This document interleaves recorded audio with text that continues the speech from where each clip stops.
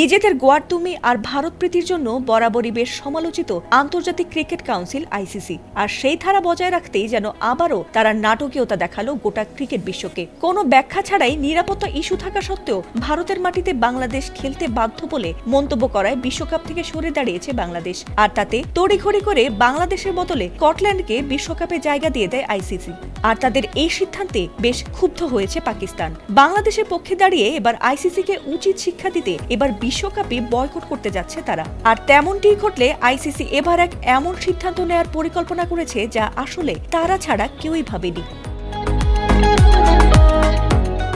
বাংলাদেশের প্রতি সম্মান জানিয়ে তাদের পাশে এসে দাঁড়িয়েছে পাকিস্তান। এমনকি আইসিসির আয়ে ধস নামাতে ভারতের ম্যাচ অথবা বিশ্বকাপে বয়কট করতে চলেছে তারা। সেক্ষেত্রে নিজেদের 2 পয়েন্ট হারাতে দ্বিতীয়বার ভাববে না পাকিস্তান। আর শীঘ্রই বিশ্বকাপ নিয়ে নিজেদের চূড়ান্ত সিদ্ধান্ত জানাবেন বলে দেশটির প্রধানমন্ত্রী শেহবাজ শরীফের সঙ্গে বৈঠক শেষে জানিয়েছেন পিসিবির চেয়ারম্যান মোহসিন নাকভি।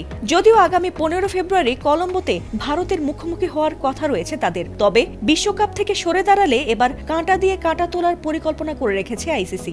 বাংলাদেশের পক্ষ নিয়ে সরে দাঁড়ালে উল্টো পাকিস্তানের জায়গায় বাংলাদেশকে নেওয়া হবে বলে সেখানকার এক কর্মকর্তার বরাতে এমনটাই জানিয়েছে হিন্দুস্তান টাইমস। প্রতিবেদনটিতে বলা হয়েছে, পাকিস্তান যদি বিশ্বকাপ থেকে সরে দাঁড়ায় তবে বাংলাদেশকে তাদের এ গ্রুপে স্থলাভিষিক্ত করা হবে। তখন তারা পাকিস্তানের মতো সব ম্যাচ শ্রীলঙ্কায় খেলবে। যদিও নিয়ম অনুযায়ী কোনো দল সরে দাঁড়ালে বাছাই পর্ব থেকে ছিটকে যাওয়া পরবর্তী সর্বোচ্চ র্যাঙ্কধারী দল বিশ্বকাপে খেলবে, এমনটাই হয় যেমনটা হয়েছে বাংলাদেশের পরিবর্তে স্কটল্যান্ডের ক্ষেত্রে। তবে এমন প্রতিবেদন প্রকাশ হতেই আইসিসির এমন চতুরতা এবং বিমাতাসুলভ আচরণে সমালোচনার ঝড় উঠেছে নেট দুনিয়ায়ও।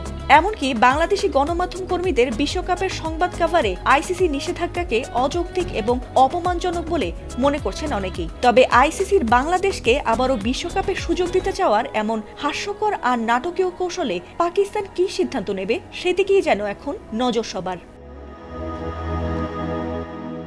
ফাতিমা সুলতানা, এটিএন বাংলা।